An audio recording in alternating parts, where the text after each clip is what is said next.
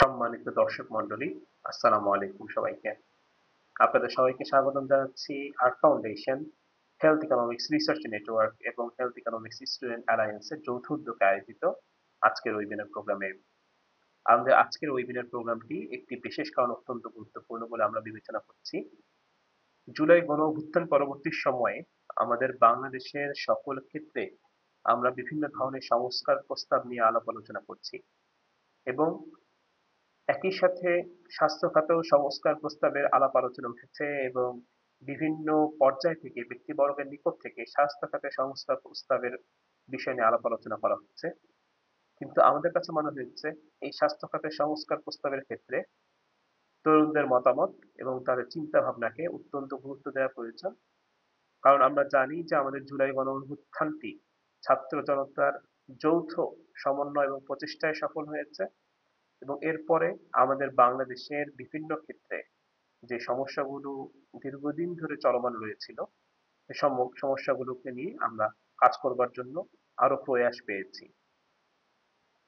তারই অংশ হিসেবে আমাদের কাছে মনে হয়েছে এটি একটি অত্যন্ত গুরুত্বপূর্ণ সময়, যে সময়ে আমরা তরুণদের চিন্তা এবং ভাবনাকে ক্যাপিটালাইজ করে তাদের চিন্তা ভাবনাগুলোকে পলিসি অ্যাডভোকেসির কাছে মধ্যে নিয়ে আসতে পারি এবং সেগুলোকে আমরা ব্যবহার করতে পারি।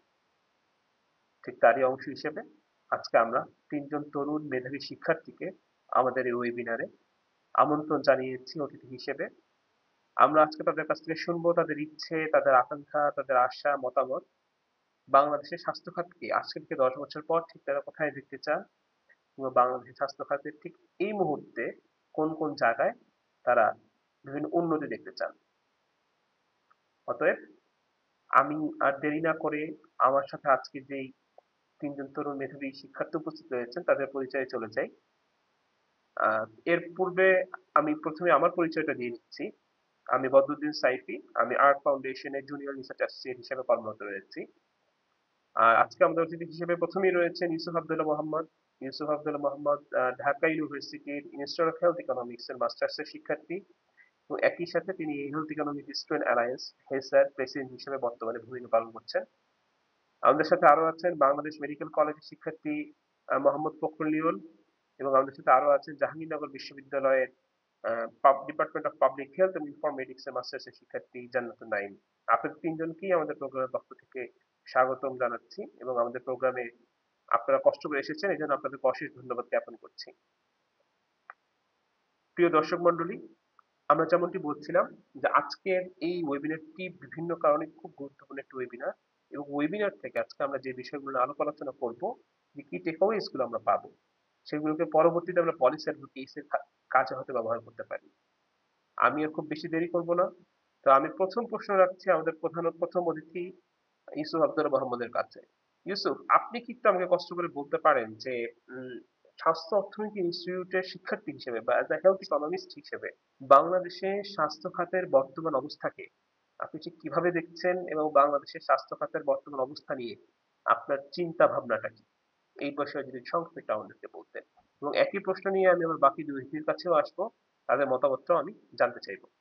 ইউসুফ। অনেকগুলো বিষয়কে অ্যাকুমুলেট করতে হবে। আমাদেরকে ফুড অ্যান্ড নিউট্রিশনে জোর দিতে হবে, আমাদের এনভায়রনমেন্ট পলিউশন এটাকে কমিয়ে আনতে হবে, একই সাথে আমাদের ফুড সিকিউরিটি বাড়াতে হবে এবং আনুষঙ্গিক অনেক সমন্বয় জরুরি, যেরকম যারা এই সেক্টরগুলোকে সমন্বয় করছে চালাচ্ছে, যেরকম আমরা যদি বলতে পারি যে কৃষি মন্ত্রণালয়, livestocks and fisheries department, then আমাদের ফাইন্যান্সিং, তারপর খাদ্য মন্ত্রণালয় থেকে শুরু করে এদের মধ্যে একটা সমন্বয় জরুরি আছে। সমন্বয় যদি আমরা করতে পারি দেন আমরা একটা শিশুকে শিশুকাল থেকেই তাদেরকে নিউট্রিশাস ফুড প্রোভাইড করতে পারবো এবং পরবর্তীতে দেখা যাবে যে যে আমাদের যে ফিউচার জেনারেশন তৈরি হবে তারা হেলদি হবে। হেলদি হওয়ার কারণে হসপিটালের উপর যে চাপ সেটা অনেকাংশে কমে আসবে। এইটা হচ্ছে আমার কাছে মনে হয় অনেকেরই পার্থক্যটা জানা উচিত, যে আমরা শুধু হেলথ বলতে শুধু হসপিটালকে বোঝাচ্ছি। আচ্ছা, এখন যদি স্বাস্থ্য সমস্যার কথা বলি সেক্ষেত্রে তো বলে শেষ করা যাবে না। তারপরও যদি কিছু কথা বলতেই হয় সেক্ষেত্রে আমরা বলতে পারি যে আহ, এখানে যত্রতত্র মেডিকেল, সরকারি বেসরকারি মেডিকেল তৈরি করা হচ্ছে নামে বেনামে। সবচেয়ে বড় যে সমস্যাটা হচ্ছে ministry of health and family ওয়েলফেয়ারে স্বাস্থ্য ও পরিবার পরিকল্পনা মন্ত্রণালয় ভেঙে দুইটা ভাগ করা হয়েছে। একটা হচ্ছে DGHS, director general of health services, and medical education and family welfare division.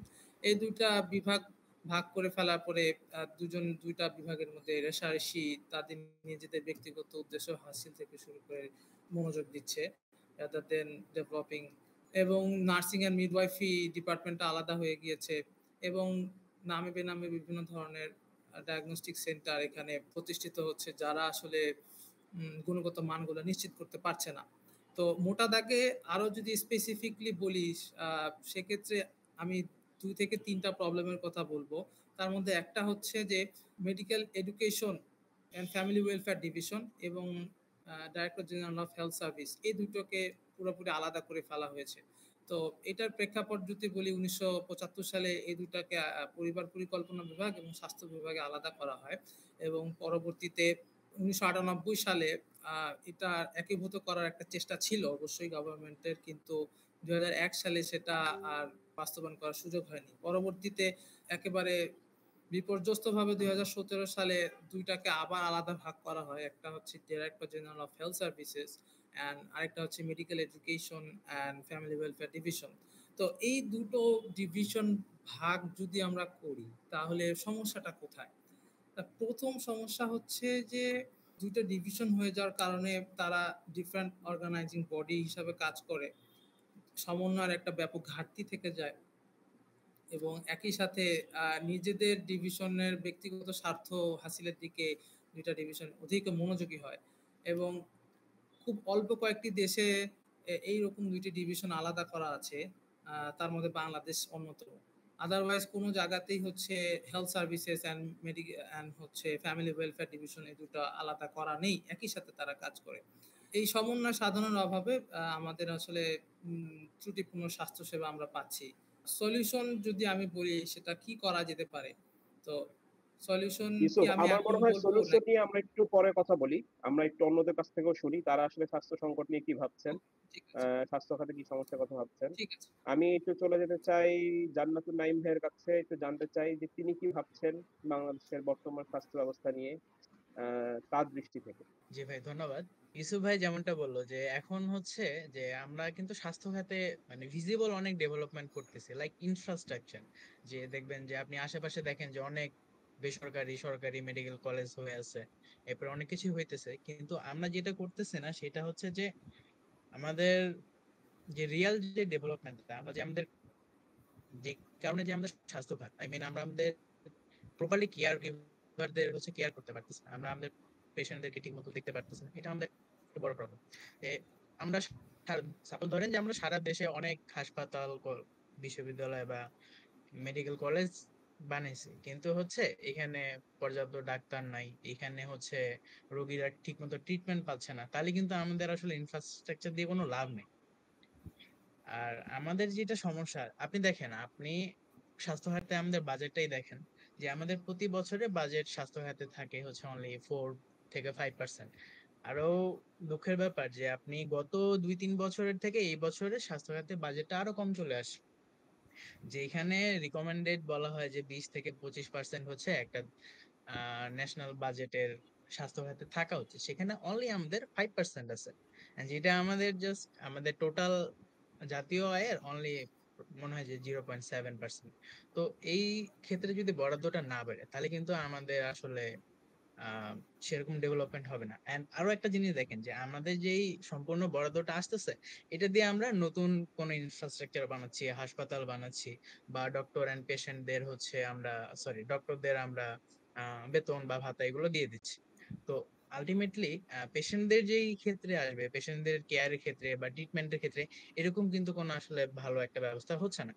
এরপর আরেকটা জিনিস দেখেন যে আসলে আমাদের দেশের যেটা সব থেকে বড় সমস্যা হচ্ছে আমাদের পপুলেশন।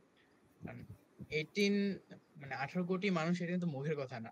এখন আমাদের দেশে দেখেন যে পার 1000 পপুলেশনের জন্য ডাক্তার হয়তো 0.6, একজনও ডাক্তার নাই, এবং নার্স তো আরো কম, যেখানে আমাদের WHO রিকমেন্ডেড যে প্রতি 1000 জন পেশেন্টের জন্য একজন ডাক্তার, 3 জন নার্স এন্ড মিডওয়াইফারি বা প্যারামেডিক্যাল 5 জন থাকা উচিত। যেখানে আমাদের দেশে ডাক্তার তো একজন নাই, সেখানে নার্সের সংখ্যা আরো কম। যেখানে একজন ডাক্তারের জন্য 3 জন নার্স থাকার কথা, সেখানে আমাদের দেশে 2 থেকে 3 জন ডাক্তারের জন্য একজন নার্স থাকে। তো এগুলো হচ্ছে প্রবলেম, যে আপনি আমাদের যে স্বাস্থ্য খাত এটাকে হচ্ছে ঠিকমতো আসলে সাজানো হচ্ছে না। ফান্ডিং যেটা আসতেছে অলরেডি তো অপ্রতুল, এবং বছর শেষে দেখা যায় যে যেই পরিমাণ ফান্ড আসে এটাও সম্পূর্ণ খরচ হয় না। মানে আমাদের হচ্ছে পুরোপুরি ম্যানেজমেন্টের একটা অভাব থাকে। আমাদের যে ইমপ্লিমেন্টেশন বা কোয়ালিটি অফ কেয়ারের যেই প্রবলেম, এগুলো হচ্ছে সমস্যা।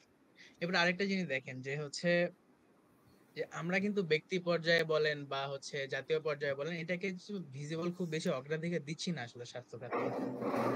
আপনি উন্নত বিষয়গুলোতে দেখবেন যে হচ্ছে যারা একটা দেশের অনেক ধনী মানুষ বা হচ্ছে অনেক অর্থবিত্ত আছে, তারা দেখবেন যে চ্যারিটিতে অনেক টাকা পয়সা দেয়, যেখানে স্বাস্থ্য খাত থাকে মেইন ফ্যাক্টর।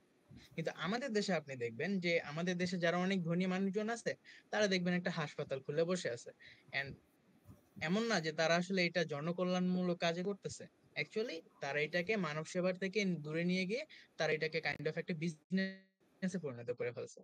তো যেটা আসলে আমাদের একটা আহ জনকল্যাণমূলক কাজ হওয়ার কথা ছিল, সেটাকে আমরা কাইন্ড অফ হচ্ছে একটা আর্নিং সোর্স বা হচ্ছে একটা ব্যবসায়ী বানায় ফেলছি।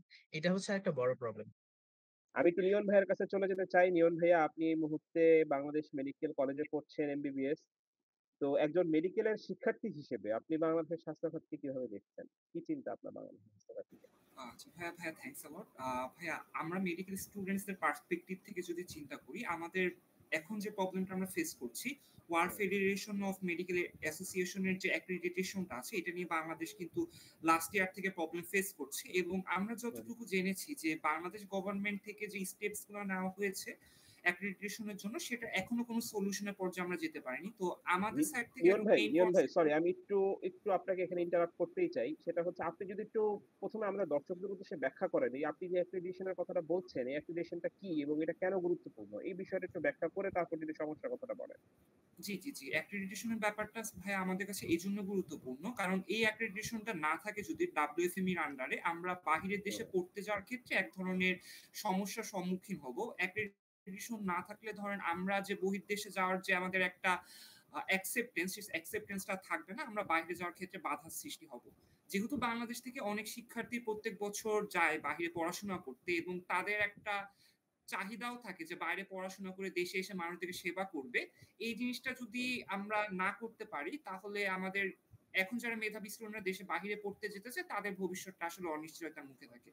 তো এইজন্য আমরা মেডিকেল স্টুডেন্টরা চাচ্ছিলাম যে WFM অ্যাক্রিডিটেশন নিয়ে যে কাজগুলো বাংলাদেশ গভর্নমেন্ট থেকে করছে, আর এখন সবকিছু রিফর্মও হচ্ছে। তো এই জায়গায় যদি বাংলাদেশ গভর্নমেন্ট একটু নজর দেয়, তাহলে আমার মনে হয় আমাদের মেডিকেল স্টুডেন্টস এর জন্য অনেক ইতিবাচক একটা সুফল বয়ে নিয়ে আসবে। সেকেন্ড যে জিনিসটা নিয়ে ভাই আমি একটু বলবো, যে আমরা মেডিকেল স্টুডেন্টরা আসলে ডক্টর সোসাইটিতে এখন যেটা হচ্ছে, যে একজন ডক্টর অনেক বেশি নিরাপত্তাহীনতায় ভুগে। যেমন কয়েকদিন আগে একটা ইনসিডেন্ট দেখছিলাম আমরা কক্সবাজারে। তো এই ধরনের ইনসিডেন্ট কিন্তু আমরা প্রত্যেক বছরই কোনো না কোনো সময় শুনি। কারোর সাথে না কারোর সাথে হয়। তো এইগুলা কিন্তু আমরা যখন মেডিকেল স্টুডেন্ট হিসেবে দেখি যে আমরা সামনে যে প্রফেশনে যাব, সেখানে আমাদের আসলে নিরাপত্তার ব্যাপারটায় একটু ঘাটতি রয়েছে। এবং আমাদের উপরে যদি অ্যাটাকও করে কেউ, তখন আমাদেরকে সেভ করার মানুষজনের অভাব থাকে। তো এই জায়গাটা আমাদেরকে অনেক বেশি ডিপ্রেসিভ করে তোলে। তো এই জায়গাগুলো আমার মনে হয় বাংলাদেশ গভর্নমেন্টের একটু নজর দেওয়া উচিত।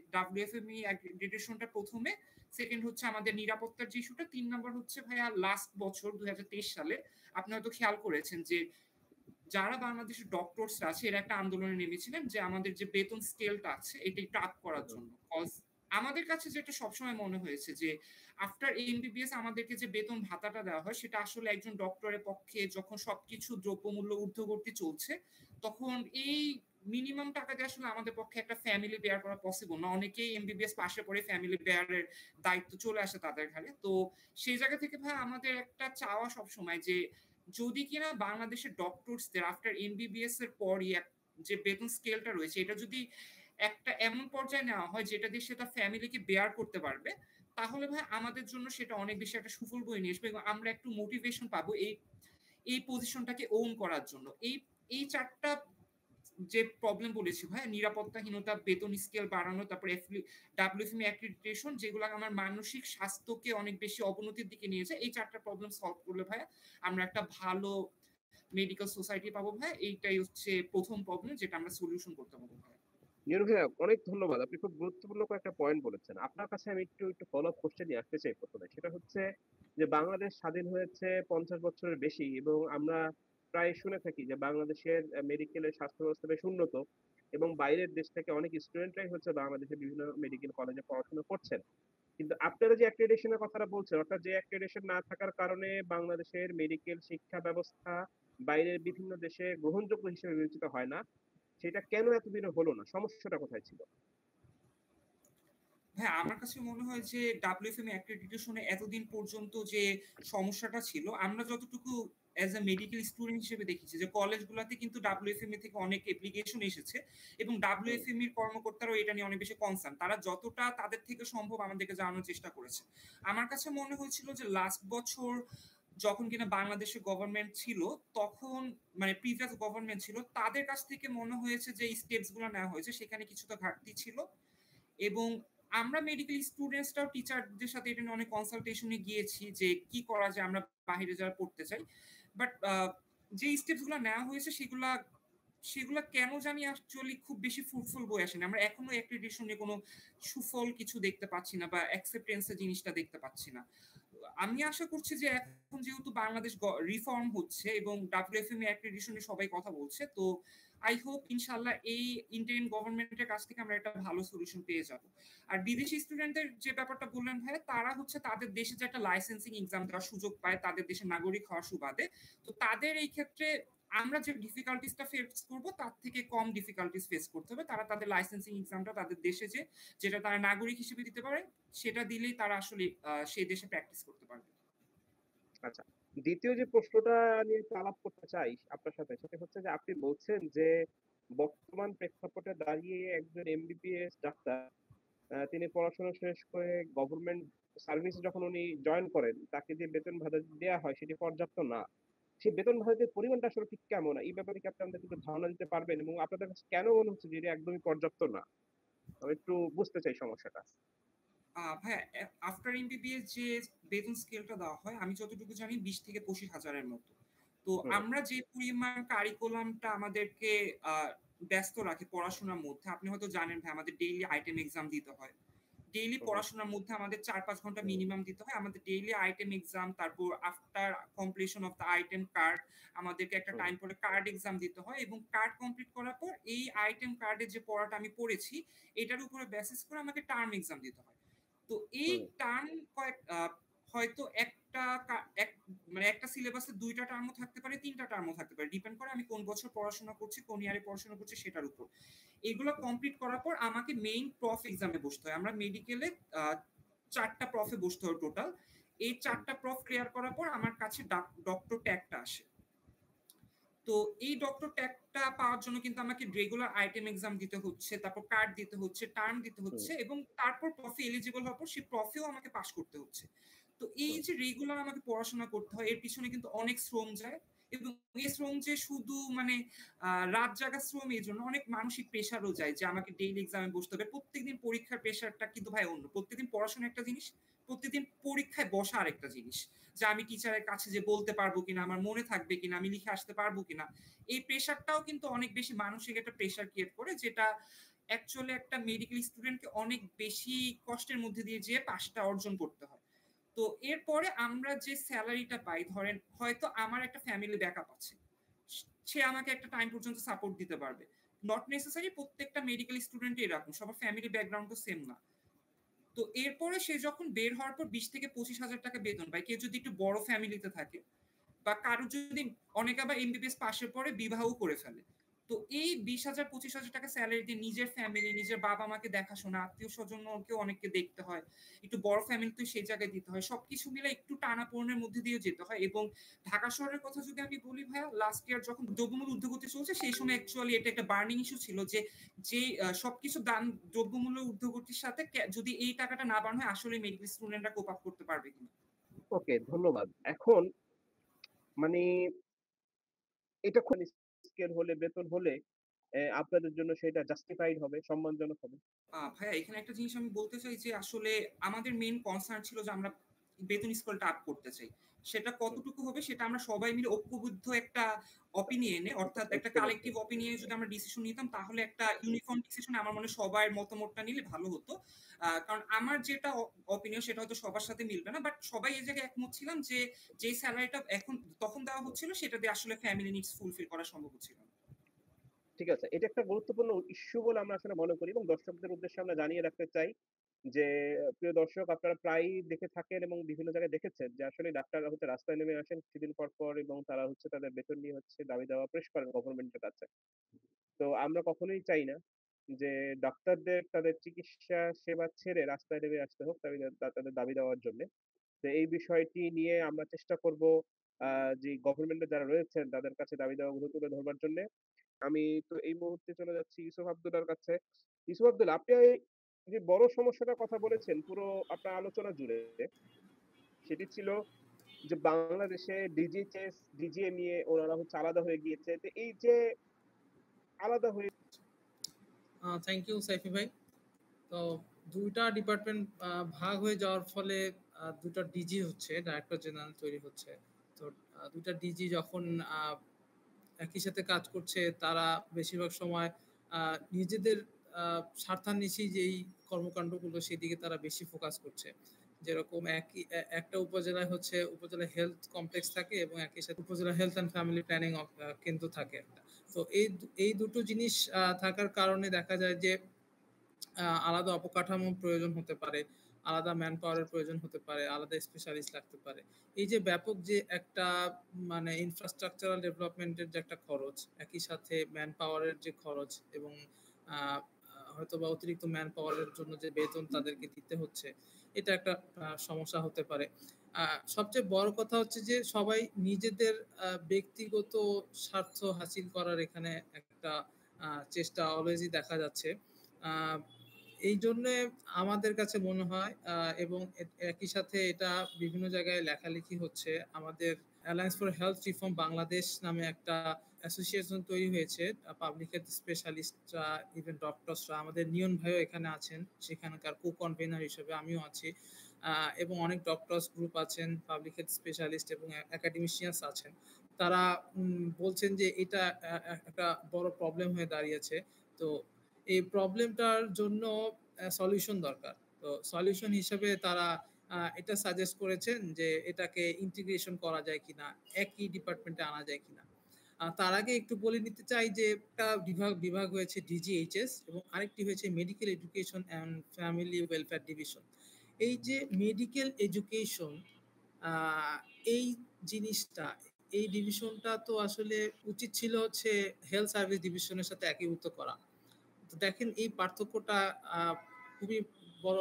এই এই যে রিফরমেশনটা হয়েছে এটা ব্যাপক সমস্যা তৈরি করেছে। তো এরকম যদি হতো যে মেডিকেল এডুকেশন এর সাথে হেলথ সার্ভিস ডিভিশনের একটা মিল আছে, দেন তারপরেও একটা মানা যেত, কিন্তু সেটাও আর কি সে সময় রিফরমেশনের সময় মানে প্রয়োজন অনুযায়ী করা হয়নি। এখন আমি একটু জি আরেকটা বিষয় সম্পর্কে আপনার কাছে একটু জানতে চাই এবং ওই বিষয়টা নিয়ে আমি সরাসরি আলাপ করলে আমরা পারি। সেটা হচ্ছে আমি জানি যে ব্যক্তিগতভাবে আপনি জুলাই পরবর্তী গণঅভ্যুত্থানে অর্থাৎ জুলাইয়ে যে ছাত্র জনতার গণঅভ্যুত্থান হয়েছে, সেখানে যারা বিভিন্ন আহত হয়েছেন তাদের চিকিৎসা সেবা প্রদান এবং তাদেরকে সাহায্য করবার জন্যে আপনাদের যে ছাত্র সংগঠনটি বা প্ল্যাটফর্মটি রয়েছে হেসা, তার পক্ষ থেকে আপনারা বিভিন্ন হাসপাতালে দৌড়িয়েছেন, তাদেরকে সাহায্য করেছেন। তো আপনার এই যে অভিজ্ঞতাটা, সেই অভিজ্ঞতা থেকে আপনি কি আমাদের সাথে একটু শেয়ার করতে পারেন? যে আপনি তখন স্বাস্থ্য ব্যবস্থার কি সমস্যা দেখেছেন হাসপাতালগুলোতে বা আপনার কাছে কি মনে হয়েছে যে কোন জায়গাগুলোতে আসলে আমরা আরো কাজ করতে পারি? Thank you. ছাত্র জনতার গণ অভ্যুত্থান ৫ তারিখে শেষ হওয়ার পর থেকে আমরা ৭ তারিখ থেকেই বিভিন্ন ফিল্ডে যাতায়াত করেছি। এই নিয়ে ঢাকায় আমরা ১২ টা হসপিটালে আমাদের টিম এবং আমি গিয়েছি। তো সেই ফিল্ড ভিজিটের পরিপ্রেক্ষিতে আমরা কিছু কিছু অভিজ্ঞতা শেয়ার করতে চাচ্ছি। হসপিটালে আমরা যাওয়ার পরে যেটা দেখা যাচ্ছে এটা হচ্ছে কিছু পিরিয়ডিক ভাবে আমি বলতে চাচ্ছি যে ১ম দিকে কি হয়েছে, মাঝে কি হয়েছে, শেষের দিকে এখন কি হচ্ছে। তো ব্যাপক পরিবর্তন আছে। ১ম দিকে যখন ৬, ৭, ৮, ৯ তারিখের দিকে যাই, সেক্ষেত্রে দেখা যাচ্ছে যে ২-১ টা হসপিটালে রোগীরা আর কি খুব একটা ছিল না। ঠিক আছে? যে কারণেই হোক ছিল না। পরবর্তীতে ৭-৮ দিন পরে যখন আমরা আর কি আবার ফোন দিই বা ডাটা কালেকশনের তথ্যের জন্য যাই, সেক্ষেত্রে দেখা যাচ্ছে যে রোগী প্রায় ৩-৪ গুণ বেড়ে গিয়েছে। হয়তোবা রেফার্ড হয়ে এসেছে, অথবা হয়তোবা সে সময় সুষ্ঠু চিকিৎসা পায়নি দেখে বাসায় চলে গিয়েছে, যে কারণেই হোক। তো এখানে ব্যাপক দুর্বলতা যেটা আমরা দেখতে পেরেছি, যে এখানে আ তথ্য তথ্যের ইনফরমেশন গ্যাপ রয়েছে অনেক। যে একটা পেশেন্ট এই আন্দোলনের সময় আহত হয়েছে, সে এসেছে, চিকিৎসা নিচ্ছে, তার তেমন কোনো ডাটা এখানে আমরা পাচ্ছি না। আসলে ডাটা ম্যানেজমেন্ট বা ইনফরমেশন যে এত গুরুত্বপূর্ণ, এটা আসলে ফিল্ডে কাজ না করলে বোঝাই যেত না। যে তাদের কোনো ধরনের তথ্য নেই। এক্ষেত্রে প্রাথমিকভাবে হসপিটালেরও কিছু ম্যানেজমেন্টের ঘাটতি রয়েছে, এবং একই সাথে রোগীদের দিক থেকেও তারা ভীত সন্ত্রস্ত হয়ে ভুল নাম বা ফোন নাম্বার বা বিনা তথ্যে চিকিৎসা নিয়ে কোনো মতে বাড়ি চলে গিয়েছে। তো পরবর্তীতে আমরা আমাদের ফিল্ড ভিজিটের স্বার্থে আমরা বিভিন্ন হসপিটালে আর কি তথ্যগুলো চেয়েছিলাম, আমাদেরকে সহযোগিতা করতে পারে কিনা তথ্য দিয়ে। অধিকাংশ হসপিটালই তথ্য দিয়ে সহযোগিতা করেছে, কিন্তু তথ্যের মধ্যে অনেক অপ্রতুলতা ছিল। দেখা যাচ্ছে যে ফোন নাম্বার সঠিকভাবে থাকছে না, বা বা ক্যাটাগরিক্যাল যে প্রবলেমগুলো, সে কোথায় আহত হয়েছে, তার প্রবলেমটা কি, তার অপারেশন লাগবে কয়টা ভবিষ্যতে, বা তার কোনো অ্যাম্পুটেশন লাগবে কিনা, সে কতটুকু সুস্থ হতে পারবে, তার রিলেটিভস এর নাম্বার, এই জিনিসগুলোর একটা ব্যাপক ঘাটতি তৈরি হয়েছে। তো এই ঘাটতিটা আমি মনে করি যে এখান থেকে ইন্টারিম গভর্নমেন্টের শিক্ষা নেওয়া উচিত, যে এটাকে উপজীব্য করে ভবিষ্যতে এগিয়ে যাওয়া উচিত। যদিও প্রশংসার দাবি রাখে যে খুব অল্প সময়ের মধ্যে ডিজিএইচএস এর ম্যানেজমেন্ট এন্ড ইনফরমেশন সিস্টেম বেশিরভাগ হসপিটাল থেকেই তারা একটা আহতদের একটা লিস্ট তৈরি করেছে। আমরা ডিজিএইচএস এও গিয়েছিলাম, এমআইএস টিমের সাথে কথা বলেছি। তো তারা লিস্ট তৈরি করে এই এই মুহূর্তে ২০,০০০-এর অধিক, আমার যতদূর মনে পড়ে প্রথম আলোর রেফারেন্স অনুযায়ী ২০,০০০-এর অধিক আহতদের একটা লিস্টিং করেছে। কিন্তু সমস্যাটা এইখানেই হয়েছে যে এইখানে অধিকাংশ রোগীদেরই আসলে তথ্য বলতে গেলে নেই, না বললেই চলে। তারা ভুল ফোন নাম্বার দিয়েছে, বা তথ্যের ব্যাপক সংকট। তো এই তথ্যের সংকটের কারণে কি সমস্যা হচ্ছে, এটা আমরা আপনাদেরকে জানাতে চাই যে বিভিন্ন অর্গানাইজেশন হয়তোবা সহযোগিতা করার জন্য আসতে চাচ্ছে, কিন্তু তাদের হয়তোবা অনেকের অ্যাম্পুটেশন দরকার, অনেকের লাইভলিহুড সাপোর্ট দরকার, অনেকের নিউট্রিশিয়াস ফুড দরকার। যে কারণেই হোক, এই তথ্যের ঘাটতির কারণে তারা আসলে অ্যাসেস করতে পারছে না যে কার কোনটা দরকার। কাকে আমরা কি দিব, কাকে আমরা বুঝতে পারছি ইউসুফ, আপনাকে ধন্যবাদ। ইনফরমেশনটা যে আসলে কতটা গুরুত্বপূর্ণ সেটা তো হচ্ছে এটা নিয়ে আমরা আরো হয়তো বিস্তারিত আলোচনা করব। তবে এই মুহূর্তে আমি একটু চলে যেতে চাই জান্নাতুল নাইম ভাইয়ের কাছে। নাইম ভাই, আপনি জনস্বাস্থ্যের একজন ছাত্র এবং আপনি হচ্ছে বেশ কয়েকটা সমস্যার কথা বলেছেন। ডাক্তার এবং নার্সের সংকট, বাংলাদেশের স্বাস্থ্য খাতে বাজেটের অপ্রতুলতা এবং বাজেটকে সঠিকভাবে ব্যবহার না করা, এবং আমার কাছে যে গুরুত্বপূর্ণ বিষয়টি মনে হয়েছে সেটি হচ্ছে যে আমরা খুব ভিজিবল ডেভেলপমেন্টের দিকে আমরা হচ্ছে মনোযোগী, কিন্তু এইটা কি যে জনকল্যাণে আমরা কাজে লাগাবো সেই বিষয়ে আমাদের মনোযোগটা কম। তো জনস্বাস্থ্যের স্টুডেন্ট হিসেবে আপনাদের এই যে জনস্বাস্থ্য, আপনাদের যে জিনিসগুলো আপনাদেরকে শেখানো হয়, এই শিক্ষাটাকে প্রায়োগিক ভাবে আমরা কিভাবে ব্যবহার করতে পারি এবং এই সমস্যাগুলোর উত্তরণ আমরা কিভাবে ঘটাতে পারি বলে আপনি মনে করছেন? আচ্ছা দেখেন, আমাদের হচ্ছে যখন কোনো একটা প্রবলেম হয়, সবার আগে আমাদের হচ্ছে আসলে একটু রিসার্চের দরকার, যে আসলে আমাদের সমস্যাটা কেন হচ্ছে এবং কোথা থেকে হচ্ছে। আমরা যখন হচ্ছে একটা প্রবলেম ঠিকঠাক আইডেন্টিফাই করতে পারি না, তখন কিন্তু এটার জন্য আমরা আসলে ভালোভাবে বা সঠিক কোনো নির্দেশনা বা হচ্ছে কিভাবে এটা সলভ করা যাবে সেটাও কিন্তু বের করতে পারি না। যেমন হচ্ছে ইউসুফ ভাই বললো যে হচ্ছে আমাদের অনেক ইনফরমেশনের গ্যাপ আছে। ধরেন আমরা একটা হাসপাতালে একটা পেশেন্ট গেল বা কেউ আহত হয়ে গেল, আমরা কিন্তু ঠিকঠাক ইনফরমেশন পাচ্ছি না। তো এই ক্ষেত্রে আমাদের ধরেন যে একটা ই হেলথ রেকর্ড, যেটা পৃথিবীর প্রায় সব দেশে, যেগুলো দেশে ভালো একটা হসপিটাল ব্যবস্থা আছে বা হসপিটাল ম্যানেজমেন্টের সিস্টেম আছে, সেখানে আপনি দেখবেন যে হসপিটাল ম্যানেজমেন্ট ভালো মতো হয়, এরপরে হচ্ছে আপনার পেশেন্ট রেকর্ড খুব ভালো মতো হয়। ধরেন যে আজকে একটা পেশেন্ট বা কেউ আহত হয়ে ঢাকা মেডিকেলে গেল, এখন তার ওই হাসপাতালে ট্রিটমেন্ট হচ্ছে না, তো তারা যে তাকে রেফার করে দিবে অন্য কোনো হাসপাতালে, তো সেই হাসপাতাল থেকে কিন্তু ডাইরেক্টলি এই যে রেফারেল সিস্টেমটা চলে যাওয়া উচিত ছিল। যদি একটা ই-হেলথ রেকর্ড, একটা সেন্ট্রাল ডেটাবেস থাকতো, তাহলে কিন্তু যে কেউ ইজিলি অন্যান্য হাসপাতাল তারা দেখতে পারতো যে এই পেশেন্টের এই সমস্যা, তাহলে হচ্ছে সে কিন্তু সরাসরি এটা ট্রিটমেন্ট শুরু করতে পারতো। বাট এইখানে এই সকল জিনিস না থাকার ফলে একটা বিশাল গ্যাপ তৈরি হয়ে যায়, দেখবেন যে হচ্ছে ট্রিটমেন্টে দেরি হয় বা এরকম কিছু। তো আমাদের মেইনলি যেটা বেসিক্যালি কাজ সেটা হচ্ছে যে একটা মানুষ অসুস্থ হওয়ার আগে আমরা আসলে জিনিসটাকে আইডেন্টিফাই করার চেষ্টা করি যে হচ্ছে কেন আসলে অসুস্থ হচ্ছে এবং হুম। এটা কি করলে একটা মানুষ অসুস্থ হবে না বা কিছু হবে না। তো এটা ছিল আমাদের মেইনলি কাজ। আপনি যে কথাটা বলেছেন যে ই-হেলথ রেকর্ডটা নিয়ে আমাদের কাজ করা জরুরি এবং এটা নিয়ে হচ্ছে গভর্নমেন্টে যারা রয়েছেন তাদের আরো বেশি মনোযোগ হওয়া প্রয়োজন। আপনার এই জি, প্রশ্ন থেকে অবশ্যই। আমি একটু লিওন ভাইয়ের কাছে চলে যেতে চাই। লিওন ভাই আপনি তো আমরা অ্যাক্রেডিটেশন নিয়ে কথা বলেছি, আমরা হচ্ছে বেতন স্কেল নিয়ে কথা বলেছি। মানে আমরা একটা স্বীকার করি এবং আমরা একটা সবাই জানি যে স্বাস্থ্য খাতে ভয়াবহ অবস্থা, স্বাস্থ্য খাতে অনেক সমস্যা রয়েছে। কিন্তু একজন মেডিকেলের শিক্ষার্থী হিসেবে যে সমস্যাগুলো রয়েছে এগুলোর মধ্যে কোনগুলোকে এখনই সমাধান করা সম্ভব এবং প্রয়োজন বলে আপনি মনে করেন? এবং কোনগুলো নিয়ে দীর্ঘমেয়াদী কাজ করা প্রয়োজন বলে আপনি মনে করেন? অর্থাৎ কুইক উইন এবং লং টার্ম সলিউশন এই বিষয়গুলো নিয়ে যদি আপনি আমাদেরকে একটু জানাতেন। লিওন ভাইয়া। জি। ভাইয়া, স্বাস্থ্য খাতে এই মুহূর্তে যে জিনিসগুলো চেঞ্জ করা প্রয়োজন এর মধ্যে ১ম এ আমি রাখবো প্রাইমারি হেলথ কেয়ারটা নিশ্চয়ন করা। প্রাইমারি লিওন ভাই health please care carry on. হয়তো জি। আজকে শহরে কিংবা মফস্বলে এভেইলেবল। কিন্তু প্রান্তিক পর্যায় পর্যন্ত আমি প্রাইমারি হেলথ কেয়ারটা নিশ্চয়ন করতে পারছি কিনা এই জায়গাটা কিন্তু ইম্পোর্টেন্ট। কজ আমি যদি গভর্নমেন্ট থেকে স্টেপ নিয়ে প্রাইমারি হেলথ কেয়ারটা রুরাল পর্যন্ত এভেইলেবল না করতে পারি, হাতুড়ে ডাক্তার কিংবা কোয়াক ডক্টর যাদেরকে আমরা বলি, তারা কিন্তু সেই জায়গায় একটা মানে নিজেদের ক্ষমতা প্রদর্শন করবে এবং ওই জায়গায় কিন্তু ওদের একটা আধিপত্য থাকবে। তো আমাকে আগে নিশ্চয়ন করতে হবে প্রাইমারি হেলথ কেয়ারটা আমি রুরাল এরিয়া পর্যন্ত অ্যাভেলেবল করতে পারছি কিনা, সবাই এটা অ্যাক্সেস পাচ্ছে কিনা। এটা হচ্ছে একটা কুইক ইন আমার জন্য। সেকেন্ড যে জায়গাটা সেটা হচ্ছে ভ্যাকসিনেশন প্রোগ্রাম।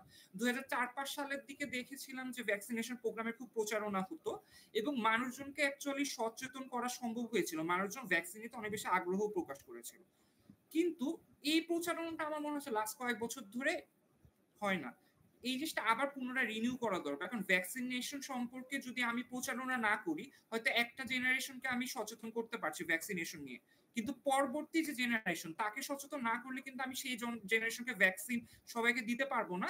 তখন আমার যে ম্যাস পপুলেশন যাদেরকে আমার ভ্যাকসিনেটেড করা দরকার, সেই মানুষগুলা কিন্তু সবাই ভ্যাকসিনেটেড হবে না। যেটা কিন্তু আমার কান্ট্রির মানুষদের জন্য হার্মফুল। তো এইজন্য এটা একটা আমার জন্য কুইক উইন যে ভ্যাকসিনেশন প্রোগ্রেসটাকে বাড়ানো দেশের প্রান্তিক অঞ্চল পর্যন্ত।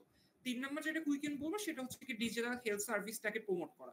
দেখেন পৃথিবীর অন্যান্য যে বড় কান্ট্রিগুলা বা উন্নত কান্ট্রি হিসেবে যাদেরকে আমরা রোল মডেল হিসেবে ধরি, তারা কিন্তু ডিজিটাল হেলথ সেক্টরটাকে অনেক বেশি প্রায়োরিটাইজ করে। কারণ একজন মানুষের পক্ষে সম্ভব হয় না যে সবসময় ডক্টরের কাছে যেয়ে একটা প্রেসক্রিপশন নেওয়া। তাকে ঘরের মধ্যে বসে অনেক ইমার্জেন্সি সিচুয়েশনে ডক্টরের পরামর্শ নেওয়া লাগে। এখন আমাদের দেশেও ডিজিটাল হেলথ সার্ভিসের চালু হয়েছিল, কিন্তু এটা অ্যাকচুয়ালি ভালো প্রমোশন করা দরকার। অর্থাৎ এটা সঠিক প্রমোশন না করলে একটা মানুষ কিন্তু মোটিভেশনটা ফিল করে না যে সে ডিজিটাল হেলথ সার্ভিস থেকে সার্ভিসটা নিবে। এখন আমাদের দেশের মানুষদের মধ্যে এই মেন্টালিটি কাজ করে যে সে সশরীরে যে যদি ডক্টরের কাছ থেকে পরামর্শ না নেয় তাহলে হয়তো সে সঠিক পরামর্শটা পাবে না। কিন্তু একজন ডক্টর যে কিনা অনেক রোগী ডিজিটাল হেলথ সার্ভিসে পরামর্শ দিতে পারবে, সেই এটা যদি ওই পেশেন্টটাকে কিংবা দেশের জনগণকে ভালো করে বোঝানো হয় এবং মোটিভেশন দেওয়া হয় থ্রু প্রমোশন, তাহলে আমার মনে হয় অনেক রোগীকে আমরা ডিজিটাল হেলথের থ্রুতে তাদেরকে আমরা চিকিৎসা দিতে পারবো, যেটা চেম্বারে একটা লম্বা সিরিয়াল থেকে একটা ডক্টরকেও রেহাই দিবে এবং একটা পেশেন্টকে অনেকাংশে সেভ করবে যে একটা লম্বা সিরিয়াল পার করে ডক্টরের কাছ থেকে চিকিৎসা নেওয়ার ক্ষেত্রে। লাস্টলি যেটা বলবো আমি সেটা হচ্ছে কি সাপ্লাই চেইন ঠিক করতে হবে। এই সাপ্লাই চেইনটা কিসে? সাপ্লাই চেইনটা হচ্ছে মেডিকেল ইকুইপমেন্ট, মেডিকেল মেডিসিন সবকিছুর ক্ষেত্রে এবং ডক্টরদের অ্যাভেলেবিলিটির ক্ষেত্রে। অনেক সময় দেখা যায় কি যে আমি যে প্রেসক্রিপশনের ওষুধ কিনতে চাই সেটা গ্রাম্য এলাকায় থাকে না কিংবা অনেক জায়গায় থাকে না, কিংবা আমি যে ইকুইপমেন্ট দ্বারা চিকিৎসা নিব সেই ইকুইপমেন্ট অ্যাভেলেবল থাকে না। একটা নর্মাল উদাহরণই দিই ভাই আজকে আপনাকে। দেখা যায় কি অনেক সময় ইকুইপমেন্টের অভাবে একটা রুগীকে এক এরিয়া থেকে আরেক এরিয়াতে যেতে হয়, যেটা হচ্ছে তার জন্য অনেক বড় একটা হ্যাসেল। অনেক সময় একটা গরিব মানুষ যে কিনা গ্রামের প্রান্তিক অঞ্চলে থাকে তার পক্ষে এই ব্যয়টা বহন করা সম্ভব হয় না, তখন সে অ্যাকচুয়ালি বাসায় বসে থাকতে বেশি স্বাচ্ছন্দ্য বোধ করে। তো এই জিনিসটার জন্য আমাদের সাপ্লাই চেইনটা অনেক বেশি ঠিক করতে হবে যাতে একটা মানুষ খুব সহজে তার নিকটবর্তী হেলথ কেয়ার সেন্টারে স্বাস্থ্য সেবাটা নিতে পারে। এবার লং টার্মে আমার কোন কোন জিনিস হইতেছে একটু ফোকাস দিতে হবে, আমি একটার পর একটা করে গুছায় বলছি আপনাকে। প্রথম কথা হচ্ছে লং টার্মে আমাদের অবশ্যই ইনফ্রাস্ট্রাকচারের উপরে ফোকাস করতে হবে, কারণ ইনফ্রাস্ট্রাকচার যতক্ষণ না আমি দেখছি ততক্ষণ পর্যন্ত না আমি স্বাস্থ্যসেবা ঠিকমতো দিতে পারবো, না আমি মেডিকেল এডুকেশনটা ঠিকমতো পৌঁছাতে পারবো। লাস্ট কয়েক বছর বাংলাদেশে মেডিকেল কলেজের সংখ্যা 100+ হয়ে গিয়েছে, এর মধ্যে সরকারি মেডিকেল কলেজের সংখ্যা 35+। তো এই 35টার বেশি মেডিকেল কলেজ, সরকারি মেডিকেল কলেজ যেগুলো সারা দেশে ছড়িয়ে ছিটিয়ে আছে, এই সবগুলা কিন্তু মান ভালো এমন না, অনেকগুলাতে ফ্যাকাল্টির সমস্যা, অর্থাৎ ফ্যাকাল্টিতে টিচার নেই পর্যাপ্ত। তারপর অনেকগুলাতে যে মেডিকেল স্টুডেন্টরা ভর্তি হয় তাদেরকে হসপিটাল বিল্ডিং এ ক্লাস নেওয়া হয়, অর্থাৎ তাদের মেডিকেল কলেজ বিল্ডিং এখনো সম্পূর্ণ হয়নি। তো এই জিনিসগুলা কিন্তু গভর্নমেন্ট থেকে স্টেপস নিতে হবে, কজ এগুলো গভর্নমেন্ট মেডিকেল, গভর্নমেন্ট থেকে স্টেপস নিয়ে তাদের ফ্যাকাল্টি যে সংখ্যক টিচার প্রয়োজন সেই সংখ্যক টিচার প্রথমে নিয়োগ করতে হবে। তারপর তাদের মেডিকেল কলেজ বিল্ডিং যতদিন না চালু হচ্ছে অর্থাৎ তৈরি হচ্ছে ততদিন পর্যন্ত মেডিকেল কলেজ অনুমোদন দেওয়াটা বন্ধ করতে হবে।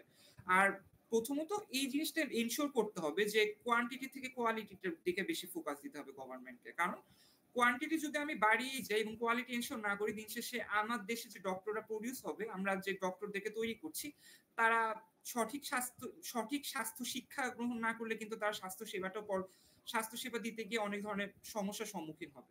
তো এই ক্ষেত্রে এইটাই হচ্ছে গিয়ে ভাইয়ের কথা, যে একটা মেডিকেল স্টুডেন্টকে কিন্তু অনেক বেশি এক্সামের মধ্যে দিয়ে যেতে হয়, প্রফ এক্সাম দিতে হয়। তো যদি কিনা সে প্রপার এডুকেশনটা না পায়, তার জন্য কিন্তু প্রফ এক্সামটা পাস করা অনেক বেশি টাফ হয়ে যায় এবং সে বারবার রিসাপ্লির সম্মুখীন হয়। তো এটা ছিল গভর্নমেন্ট মেডিকেলের পক্ষে কথা। এবং প্রাইভেট মেডিকেলের ব্যাপারে বলবো ভাই, প্রাইভেট মেডিকেলও বর্তমানে অনেক, এবং গভর্নমেন্ট থেকে স্টেপসটা নিতে হবে, অর্থাৎ সংশ্লিষ্ট যে অথরিটি তাদেরকে স্টেপসটা নিতে হবে যেন প্রাইভেট মেডিকেল যেগুলো অনুমোদন প্রাপ্ত সেগুলো যেন পর্যাপ্ত কোয়ালিটি মেনটেন করে এবং মেডিকেল এডুকেশনটা এনশিওর করে। তারপর ভাই যে জিনিসটা বলবো সেটা হচ্ছে কি রিসার্চের অপরচুনিটি দেওয়া মেডিকেল স্টুডেন্টসদেরকে। এটা হচ্ছে একটা লং টার্ম একটা জিনিস যেটা গভর্নমেন্ট থেকে, অর্থাৎ যারা হচ্ছে সংশ্লিষ্ট অথরিটি তাদেরকে এটা দায়িত্ব নিতে হবে যে মেডিকেল স্টুডেন্টসরা যেন রিসার্চের সুযোগ পায়। কজ ভাইয়া যখন কিনা মেডিকেল স্টুডেন্ট থাকাকালীন একটা স্টুডেন্ট রিসার্চের অপরচুনিটি পাবে, সে কিন্তু একটা প্রবলেমের রুটে যাওয়া শিখবে। এই জিনিসটা যদি আমি স্টুডেন্ট থাকা অবস্থাতে তাকে প্রবলেমের রুটে যাওয়া শিখিয়ে দিই, তাহলে আফটার এমবিবিএস সে কিন্তু একটা প্রবলেমকে খুব ভালো করে অ্যানালাইসিস করে সলিউশনের দিকে যাইতে পারবে। লাস্টলি যেটা বলবো ভাই, পলিসির ক্ষেত্রে একটা চেঞ্জ আনতে হবে, যে পলিসিগুলা আমাদের মেডিকেল এডুকেশন এবং হেলথ সার্ভিস বান্ধব সেগুলাকে আরো ইনহ্যান্স করতে হবে, এবং যে পলিসিগুলো অ্যাকচুয়ালি হেলথ সার্ভিসের সাথে কনফ্লিক্ট করে সেগুলাকে বাতিল করতে হবে। এটা হচ্ছে গিয়ে ভাইয়া লং টার্ম চেঞ্জ আনতে হবে। ইউন ভাই অসংখ্য ধন্যবাদ, চমৎকার কিছু কথা বলেছেন। আমি একটু ইউসুফ আব্দুল্লাহর কাছে চলে যেতে চাই। ইউসুফ আব্দুল্লাহ, আপনি স্বাস্থ্য অর্থনীতির শিক্ষার্থী হিসাবে কি মনে করছেন যে, দুটো প্রশ্ন এখানে আপনার কাছে। একটা হচ্ছে স্বাস্থ্য অর্থনীতির প্রায়োগিক শিক্ষা বাংলাদেশের প্রেক্ষাপটে আপনারা কিভাবে দেখতে পাচ্ছেন এখন এবং কিভাবে দেখতে চান, এবং এই প্রায়োগিক শিক্ষাটাকে আরো সঠিক করবার জন্য কুইক উইন এবং লং টার্ম উইন কোনগুলো, এই বিষয়ে যদি আপনি একটু আলোচনা করেন। স্বাস্থ্য অর্থনীতি হিসাবে স্বাস্থ্য খাতে যে প্রায়োগিক শিক্ষা বর্তমানে বিদ্যমান আছে, তো সেটা হচ্ছে যে বর্তমানে দেখা যাচ্ছে যে যত্রতত্র মেডিকেল কলেজ থেকে শুরু করে ডিফারেন্ট নার্সিং ইনস্টিটিউট বা এরকম কিছু তৈরি হচ্ছে। তো এইখানে আসলে বা নতুন একটা ট্রায়াল প্রয়োজন, একটা মেডিসিন আসবে, director general of DGDA drug administration. তো এই ক্ষেত্রে এইটা অ্যাসেস করে দেখতে হবে যে এটা আসলে কতটুকু কস্ট ইফেক্টিভ বা কস্ট বেনিফিট কিনা। তো এই প্রায়োগিক জায়গার দিক থেকে স্বাস্থ্য অর্থনীতি ইনস্টিটিউটের এই ধরনের কিছু কি রোল প্লে করে। তারা যদি হসপিটালের ক্ষেত্রে বলি, তারা এখানে একটা অ্যাসেসমেন্ট করে যে আদতে এইখানে হসপিটালের প্রয়োজন আছে কিনা, ওই এলাকার জনসংখ্যার উপর ভিত্তি করে এখানে কয়তলা বিল্ডিং হবে বা এখানে ওয়ার্কফোর্স আমার রেশিও কেমন হবে, ডক্টর নার্স রেশিও কেমন হবে, এই জিনিসগুলোর প্রায়োগিক দিক রয়েছে। এবং একই সাথে কোনো একটা ইনস্ট্রুমেন্ট যদি নতুন করে ইমপ্লিমেন্ট করা হয় বা কোনো একটা মেডিসিন যদি এখানে নতুন করে ইন্ট্রোডিউস করা হয়, সেটার আর কি এফেক্টিভনেস যাচাই করা খুবই জরুরি। সেক্ষেত্রে হেলথ ইকোনমিক্স সেই স্টুডেন্টস অ্যান্ড টিচার্স অ্যান্ড ফ্যাকাল্টিসরা এক্ষেত্রে কস্ট ইফেক্টিভনেস অ্যানালাইসিস থেকে শুরু করে cost benefit analysis cost utility analysis ক্ষেত্র বিশেষে করে থাকে। তো প্রায়োগিক বিষয়গুলো রয়েছে এবং কিছু ক্ষেত্রে ব্যবহৃত হচ্ছে, কিছু ক্ষেত্রে হচ্ছে না। যেহেতু এভিডেন্স বেস কাজ এগুলো, এবং একই ক্ষেত্রে হেলথ সেক্টরটা আসলে এভিডেন্স বেস কাজ ছাড়া আগানোটা বেশ কঠিন এবং কষ্ট সাপেক্ষ বিষয়।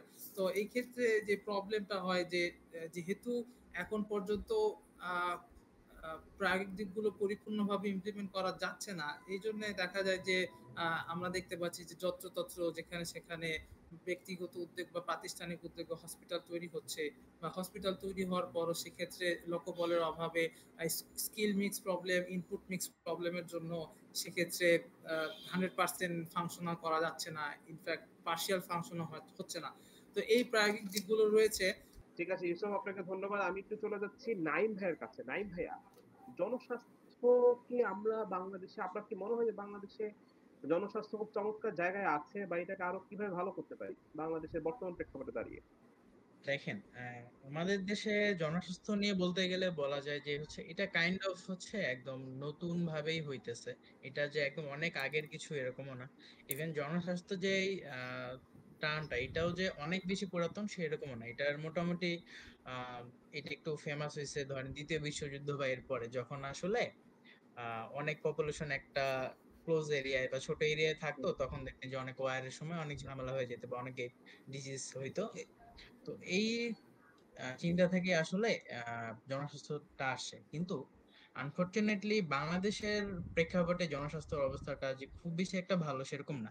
কারণ আমরা যারা পাবলিক হেলথ নিয়ে পড়ি এখন, আপনি দেখবেন যে পাবলিক হেলথ স্পেশালিস্ট এখন যারা নেয় বা আমাদেরই যারা ক্লাস নিত, যে যারা ক্লাস নেয় তারা মোটামুটি মেডিকেলেরই টিচার বা এরকম কিছু।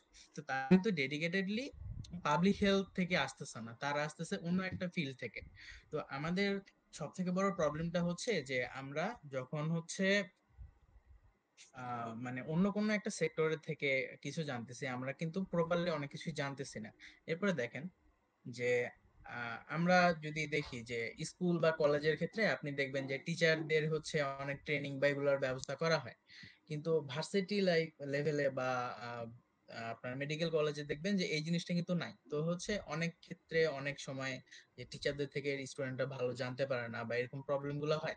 কারণ এখানে আসলে তাদের যে মানে স্কিল বা তাদের যে প্রবলেম গুলা যে সলভ করার মতো অবস্থা, এটা কিন্তু নাই। আর আরেকটা ব্যাপার যে আপনি জাস্ট দেখেন যে আমরা কিন্তু অনেক প্রবলেম অলরেডি আইডেন্টিফাই করতে পারছি পাবলিক হেলথ থেকে। ধরেন আপনি যদি দেখেন যে এখন অলরেডি কিন্তু অনেক গরম চলতেছে। হ্যাঁ, এই সামারে মানে আমরা খুব ইজিলি আমরা বুঝতে পারি যে এখন আপনার যেহেতু ডেঙ্গু টাইম চলতেছে, তো ডেঙ্গু হবে বা ডেঙ্গু প্রকোপটা বাড়বে। এরপরে ধরেন যে সামার, যেহেতু অনেকেই আপনার খোলা জায়গায় গিয়ে জুস বা এগুলা কিছু খাবে, তো খুব ইজিলি কলেরা বা এরকম সমস্যা হইতে পারে। কিন্তু এটা কিন্তু আমরা অলরেডি আইডেন্টিফাইড যে এটা একটা প্রবলেম হবে, কিন্তু এটার যে সলভ করার জন্য যা যা করার প্রয়োজন, তো যে সকল মিনিস্ট্রি গুলার বা যে সকল অর্গানাইজেশনের ইন্টিগ্রেশন প্রয়োজন, এটা কিন্তু আমাদের নাই।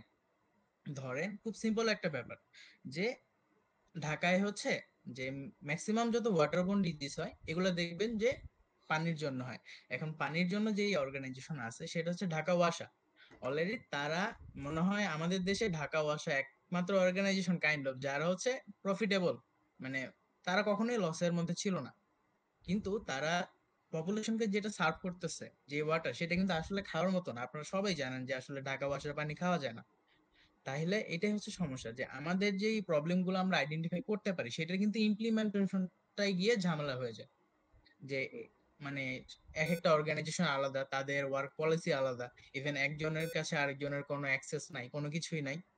তো এই ক্ষেত্রে গিয়ে সমস্যাটা হয়ে যায়। তো আমরা পাবলিক হেলথ স্পেশালিস্ট বা আমরা যারা পাবলিক হেলথ করি, আমরা অনেক প্রবলেম আইডেন্টিফাই করতে পারি, আমাদের কাছে অনেক প্রবলেম আছে, কিন্তু এইটার যে আমরা ইমপ্লিমেন্ট করে এটা যে সমাধান করব, এটা আমাদের হাতে নাই। আসলে আমরা যদি বলিও, আসলে এটা সমাধানটা হচ্ছে না। কারণ এখানকার অনেকগুলো অর্গানাইজেশন বা গভর্নমেন্ট বডি একসাথে কাজ করা হয়, তারা কাইন্ড অফ ইন্টারেস্ট শো করে না বা এরকম আর কি। তো এটা আমাদের সব থেকে বড় প্রবলেম। Thank you. আমরা আমাদের প্রোগ্রামের একদম শেষের দিকে চলে আসছি। আমাদের হাতে ঠিক 6 মিনিট বাকি। আমাদের কিছু দর্শক আমাদের কাছে কিছু প্রশ্ন করেছেন। আমি প্রথম প্রশ্নটা নিয়ে একটু নিয়ন ভাইয়ের কাছে যেতে চাই। নিয়ন ভাই, প্রশ্নটা হচ্ছে আমরা বাংলাদেশের স্বাস্থ্যসেবা নিয়ে অনেক গর্ব করি, বলি যে বাংলাদেশের স্বাস্থ্যসেবা অনেক ভালো। তবুও আমরা পার্শ্ববর্তী অনেক দেশে বা অন্যান্য দেশে চলে যাই স্বাস্থ্যসেবা নেওয়ার জন্য। কেন যাচ্ছি? দ্বিতীয়ত কেন হচ্ছে বড় ডাক্তারদেরকেই আমাদের ডাক্তার দেখাইতে হবে? আমরা কেন আসলে এমবিবিএস সদ্য পাস করেছেন বা কিছুদিন প্র্যাকটিস করছেন, তাদের কাছে আমরা কেন যাই না? এই মেন্টালিটিটা আমরা কিভাবে চেঞ্জ করতে পারি? ইয়াং ডাক্তারদের ভূমিকা কি হতে পারে? আপনার মতো ইয়াং ডাক্তার যারা হবেন, আপনি কি ভাবছেন? জি ভাই, এই ক্ষেত্রে হচ্ছে যে প্রশ্নের মধ্যে একটা অ্যান্সার ছিল যে আসলে আমাদের মধ্যে এই মেন্টালিটি কেন যে আমরা বাইরের দেশে যাব, আমরা কেন ইয়াং ডাক্তারদেরকে এবং আমাদের দেশের ডক্টরদেরকে করতে পারছি না, ট্রাস্ট করতে পারছি না। এখানে অ্যান্সার হচ্ছে ভাই এটা যে আমাদের এই জায়গায় আসলে মেন্টালিটির প্রবলেম। কজ আমাদের কাছে সবসময় এই জিনিসটা মনে হয়েছে যে আমরা যদি বাহিরের দেশে যদি ট্রিটমেন্ট নিতে পারি তাহলে হয়তো একটা বেটার সার্ভিস পাবো। তো এই জিনিসটা চেঞ্জ করতে হলে আমাদের মেডিকেল এডুকেশনের থ্রোতেই চেঞ্জ করতে হবে, মেডিকেল স্টুডেন্টদের থ্রোতেই। মেডিকেল স্টুডেন্টদেরকে আমাদেরকে এক্সপোজার দিতে হবে কমিউনিটিতে, যেন তারা মেডিকেল স্টুডেন্ট থাকা অবস্থাতে কমিউনিটির মানুষদের নিডটা বুঝে, কমিউনিটির মানুষজন কি কি চায় সেই নিডটা বুঝলে তখন তারা সেভাবে অ্যাপ্রোচ করলে বাংলাদেশের মানুষদের এই ট্রাস্টটা তাদের প্রতি ক্রিয়েট হবে যে না, আমাদের দেশে মেডিকেল স্টুডেন্ট এবং মেডিকেল ডক্টর অনেক কিছু পারে। তো এই জন্য কি করা যেতে পারে, মেডিকেল এডুকেশনকে প্রপার ট্রেনিং দিয়ে তাদেরকে হচ্ছে কমিউনিটি বেসড অ্যাপ্রোচে নিয়ে যাওয়া যেতে পারে। তাদেরকে এনজিও এর থ্রোতে কিংবা বিভিন্ন পার্টনারশিপের থ্রোতে এই এক্সপোজার গুলো দেওয়ার থ্রোতে যখন তারা ট্রেনিং গুলো পাবে, তাদের মধ্যে ওই কনফিডেন্সটা বিল হবে যে একটা মানুষ বা একটা পেশেন্টকে কিভাবে ডিল করতে হয়, এমপ্যাথিটা কিভাবে ক্রিয়েট করতে হয়, কিংবা একটা মানুষ সে বিভিন্ন সাইকোলজির হতে পারে, সে বিভিন্ন জিনিসের ডিমান্ড করতে পারে, তার ডক্টরের কাছ থেকে অনেক ধরনের চাওয়া থাকতে পারে, সেগুলোকে কিভাবে ফিল করবে সেটা ওই মেডিকেল স্টুডেন্টরা বুঝবে। তো এই করে মেডিকেল স্টুডেন্টরা যখন এই প্রবলেমটা সলিউশন করবে, অর্থাৎ মেডিকেল স্টুডেন্টদের যখন প্রপারলি কমিউনিটিতে এক্সপোজারটা হবে, তখন মানুষের এই ট্রাস্টটা বিল্ড আপ হবে যে না, আমাদের দেশের মেডিকেল স্টুডেন্টসরাও হচ্ছে এত বেশি কনফিডেন্ট। তো আফটার জেনারেশন লিভ, মানে এই জেনারেশনটাই পরে যখন ডক্টর হবে, তখন তাদের এই ডক্টরদের উপর আসলে বাংলাদেশের মানুষদের একটা ট্রাস্ট ক্রিয়েট হবে এবং তারা বাইরের দেশে যা আস্তে আস্তে কমাবে। হয়তো এটা এখন আমরা স্টার্টিং এ একটা ফল পাবো না, কিন্তু আফটার 10 ইয়ার্স এর একটা ভালো ফল পাবো। অর্থাৎ আমাদেরকে 0% যেতে একটু টাইম লাগবে, বাট আমরা যদি এখন শুরু করি এই জিনিসটা, মেডিকেল স্টুডেন্টস যারা আছে তাদেরকে আমরা এক্সট্রা কারিকুলামের থ্রুতে কমিউনিটি বেসড অ্যাপ্রোচে নিয়ে যাদেরকে প্রপার ট্রেনিং দিই কিংবা তাদের কমিউনিকেশন স্কিলস এর উপরে কাজ করি, তাহলে দেখা যাবে কি আফটার এ লং টাইম, অর্থাৎ 10 বা 20 বছর পর আমরা একটা উল্লেখযোগ্য ফলাফল পাবো। গুরুত্বপূর্ণ কথা, খুবই গুরুত্বপূর্ণ কথা। নিয়ন ভাই, আপনাকে অসংখ্য ধন্যবাদ। আপনি যে মূল কথাটি আলোচনা করলেন সেটি হচ্ছে যে আমাদেরকে আসলে কমিউনিটিতে ইয়াং ডাক্তার যারা রয়েছে তাদের পড়াশোনা চলাকালীন সময় তাদেরকে এক্সপোজারটা দিতে হবে, এবং আমার মনে হয় যে তাদের মধ্যে ভলান্টিয়ারিজমের যে চিন্তা ভাবনা এবং এই যে আবেগটা, ভলান্টিয়ারিজমের যে আবেগটা, এটা আসলে শুরু থেকে নার্চার করা আমাদের প্রয়োজন এবং এই বিষয়ে আরো গুরুত্ব দেওয়া প্রয়োজন। এবং সরকারি থেকে শুরু করে বেসরকারি সকল মেডিকেল কলেজ যদি এই বিষয়ে এগিয়ে আসে, আমরা বিশ্বাস করি এবং আমরা ভাবি যে আসলে আ ডাক্তারদের মধ্যে এই ভলান্টিয়ারিজম এর মাধ্যমে রোগীদের পালস বোঝার চিন্তাটা আরো চমৎকার হবে। আমাদের আরেকটি প্রশ্ন রয়েছে। আমি প্রশ্ন নিয়ে চলে যেতে চাই হচ্ছে ইউসুফ আব্দুল্লাহর কাছে। ইউসুফ আব্দুল্লাহ, আপনি স্বাস্থ্য অর্থনীতির স্টুডেন্ট। এখন বাংলাদেশে আপনারা জানেন, হয়তো ইতোমধ্যে আপনারা বিভিন্ন সময় গবেষণাও করেছেন যে বাংলাদেশে ডাক্তারদের যে ফি, এটার কোনো ইউনিফর্মিটি নেই। এটা একেক জায়গায় একেক ধরনের হয়ে থাকে। তো একজন শিক্ষার্থী হিসেবে আপনার কাছে কি মনে হয় যে আমরা কিভাবে এগুলোকে আরো একটু রেগুলেশন এর মধ্যে নিয়ে আসতে পারি? এগুলো নিয়ে আরো কাজ করতে কিভাবে পারি? থ্যাংক ইউ ভাইয়া। আমি আরেকটু ক্লিয়ার হতে চাচ্ছি, ডক্টরদের ফিস এই হ্যাঁ, বিষয়ে এটাকে আরো একটু একটা ইউনিফর্ম অ্যাড্রেস কিভাবে করছেন। করতে পারি? এটাকে কিভাবে একটা রেগুলেশন এর মধ্যে আচ্ছা নিয়ে আসতে পারি? কোশ্চেনটা সেটাই ছিল। আচ্ছা আচ্ছা, থ্যাংক ইউ ভাইয়া। এখন এখানে ডক্টরসদের ফি কথা বলতে গেলে তো এখানে প্রাইভেট প্র্যাকটিস অ্যান্ড আপনার প্রাইভেট এবং পাবলিক প্র্যাকটিসের ব্যাপার আছে। এখন অবশ্যই নিঃসন্দেহে একজন স্টুডেন্টস এমবিবিএস ইন্টার্ন পাস করে তারা যখন প্র্যাকটিসে আসে, সেটা অবশ্যই যে বেতনটা পায় সেটা নিঃসন্দেহে কম। কিন্তু ইউনিফর্মলি যদি বলা যায়, এক্ষেত্রে আমরা কিছু ক্রাইটেরিয়া সেট করতে পারি। তো আমরা একটা সিলিং সেট করতে পারি যে এক্ষেত্রে একজন এমবিবিএস ধারী ডক্টর যিনি পাস করে বের হবে গভর্নমেন্ট বা গভর্নমেন্টে যখন গভর্নমেন্ট সার্ভিসে জয়েন করবে, সেক্ষেত্রে তার একটা সিলিং থাকা উচিত যে মিনিমাম এতটুকু তিনি পাবেন। প্রাইভেটের ক্ষেত্রেও আমার মনে হয় যারা জুনিয়র ডক্টর আছে তাদের সেই সিলিংটা সেট করে তাদের দেওয়া নির্ভর উচিত। করা যেতে পারে। আহ, উম, ঠিক আছে ইউসুফ, আমাদের সময় প্রায় শেষের দিকে। প্রিয় দর্শকবৃন্দ, আপনারা যারা স্ট্রিমইয়ার্ডের সরাসরি লিংকের মাধ্যমে আপনাদের আমাদের সাথে যুক্ত ছিলেন। আপনাদের সবাইকে অসংখ্য ধন্যবাদ। প্রিয় দর্শক, সর্বশেষ আমরা যেটি বলতে চাই সেটি হচ্ছে বাংলাদেশে আমরা এখন রিফর্ম, রিবিল্ড এবং রিউনাইটের দিকে আমরা হচ্ছে এগিয়ে যেতে চাই এবং আমরা বিশ্বাস করি গত 50 বছরে আমাদের যে সমস্যাগুলো নিয়ে আমরা হচ্ছে দেশে বিভিন্ন ক্ষেত্রে আমরা সমস্যায় ভুগেছি, এই সমস্যাগুলোকে সমাধান করে নিয়ে আসার এখন উপযুক্ত সময় এখনই।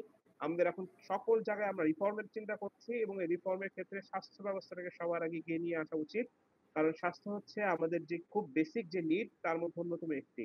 আমরা যদি নিজেরা ভালো থাকতে পারি, আমাদের আশেপাশের মানুষকে ভালো রাখতে পারি, তাহলে আমরা পুরো অ্যাজ আ সোসাইটি আমরা খুব হেলথি একটা সোসাইটি হতে পারবো। আমরা সকলেই ভালো থাকতে পারবো। তো সেই চিন্তা করে আমাদের যে কারেন্ট আমাদের যে বর্তমানে স্বাস্থ্য ব্যবস্থা রয়েছে, এই স্বাস্থ্য ব্যবস্থাকে আরো চমৎকার আমাদের করতে হবে এবং সেখানে আপনারা যে আজকে পরামর্শগুলো আমাদেরকে দিলেন, আমরা বিশ্বাস করি এই পরামর্শগুলো আমাদের জন্য অত্যন্ত গুরুত্বপূর্ণ এবং আমাদের পক্ষ থেকে চেষ্টা থাকবে আপনাদের এই পরামর্শগুলোকে নিয়ে খুব সংক্ষিপ্ত আকারে আমরা যাতে পলিসি অ্যাডভোকেসি যারা করছেন এবং যারা পলিসি মেকার রয়েছেন তাদের কাছে যেন আমরা পৌঁছে দিতে পারি। আপনাদের সকলকে আবারও ধন্যবাদ জানাচ্ছি আপনাদের মূল্যবান সময় ব্যয় করে আমাদের সাথে এতক্ষণ যুক্ত থাকার জন্য।